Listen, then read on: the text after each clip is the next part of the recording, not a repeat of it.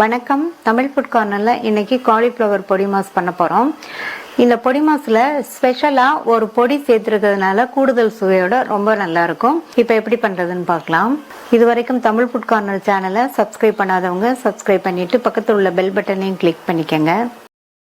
ஒரு medium size காலிஃப்ளவர்ல உள்ள ஹார்டான பாட்டை விட்டுட்டு அந்த பூ பக்கம் இருக்கும் இல்லையா, அதை இந்த மாதிரி சின்ன சின்ன பீசஸா கட் பண்ணி வச்சிருக்கேன். பொடி மாஸ்க்கு இந்த மாதிரி குட்டி குட்டியா கட் பண்ணிக்கணும். இது பாத்தீங்கன்னா 2 கப் அளவுக்கு இருக்கும். இதுல கொஞ்சமா கல் உப்பும் சூடான தண்ணியும் சேர்த்து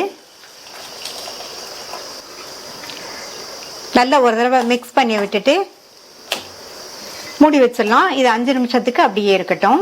இந்த பொடி மாசுல சேர்க்கறதுக்கு ஒரு பொடி வறுத்து அரைக்கணும்.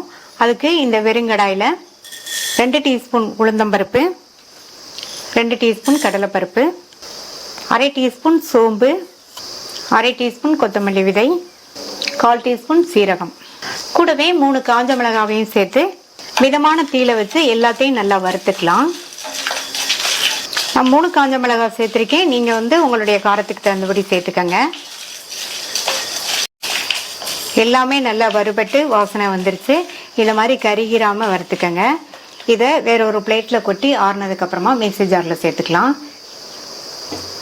5 நிமிஷம் ஆச்சு. இதில் உள்ள தண்ணியை வடிச்சிட்டு மறுபடியும் 2 தடவை வாஷ் பண்ணிக்கலாம்.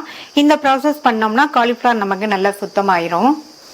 நல்லா ஆறிடுச்சு. ஈரம் இல்லாத மிக்ஸி ஜார்ல சேர்க்கிறேன். இதை லைட் கோர்ஸா இருக்கிற மாதிரி அரைச்சிட்டு வந்துடலாம். அடுத்து இந்த பேன்ல 1 டேபிள் ஸ்பூன் எண்ணெய் சேர்த்து சூடாகட்டும். சூடாயிடுச்சு. இதுல கொஞ்சமா கடுகுளுந்து 1/2 டீஸ்பூன் கடுகுளுந்து சேர்த்தா போதும். இது கூட கறிவேப்பிலை சேர்க்கிறேன். 2 டேபிள் ஸ்பூன் பொடியா கட் பண்ண வெங்காயம், குட்டி குட்டியா கட் பண்ண 3 பூண்டு, எல்லாத்தையும் லைட்டா வதக்கி விட்டுட்டு இது கூட காலிஃப்ளவரை சேர்த்துக்கலாம். இந்த காலிஃப்ளவரை எண்ணெயிலே கொஞ்சம் நேரம் வதக்கி விட்டுக்கங்க.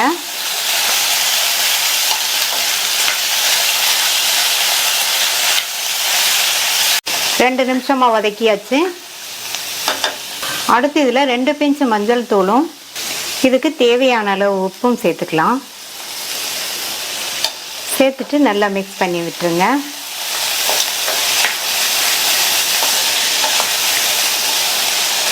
மிக்ஸ் பண்ணிட்டு இதுல 1 கை அளவு மட்டும் தண்ணி தெளிக்கிறேன்.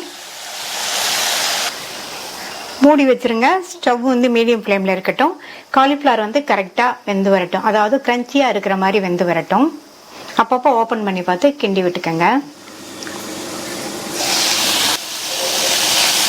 இப்ப பாத்தீங்கன்னா காலிஃப்ளவர் நல்லா கரெக்டா வெந்திருக்கு, கிரன்ச்சியா இருக்கு.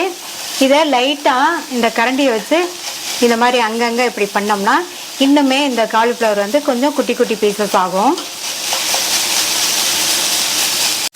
இந்த மாதிரி கரண்டியை வச்சு பிரஸ் பண்ணி விட்டதுனால முன்னாடி இருந்ததை விடவே காலிஃப்ளவர் குட்டி குட்டி பீசஸ் ஆயிடுச்சு.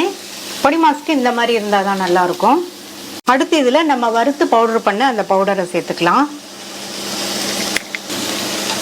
நல்லா ஒன்று போல கலந்து விட்டுருங்க.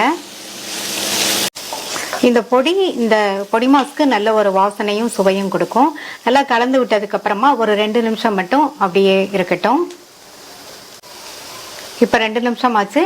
இதுல 1 டேபிள் ஸ்பூன் தேங்காய் துருவல் சேர்க்கிறேன். 1 டேபிள் ஸ்பூன் தேங்காய் துருவல் சேர்த்திருக்கேன். தேவைப்பட்டா நீங்க இன்னும் கொஞ்சம் சேர்த்துக்கங்க. அடுத்து பொடியா கட் பண்ண கொத்தமல்லி இலைகள் கொஞ்சம் சேர்த்துட்டு நல்லா ஒன்று போல கலந்து விட்டுறலாம். நல்ல வாசனையா சுவையான வேகமா பண்ணக்கூடிய காலிஃப்ளவர் பொடி மாஸ் ரெடி ஆயிடுச்சு. ட்ரை பண்ணி பார்த்துட்டு உங்க கமெண்ட்ஸை சொல்லுங்க. தேங்க்யூ.